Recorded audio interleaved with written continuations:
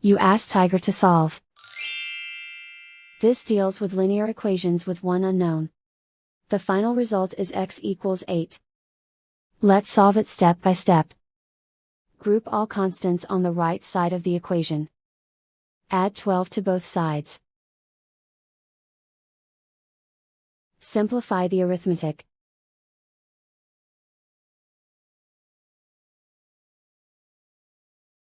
Isolate the x. Divide both sides by 6. Simplify the fraction. Find the greatest common factor of the numerator and denominator. Factor out and cancel the greatest common factor. And so the final result is x equals 8.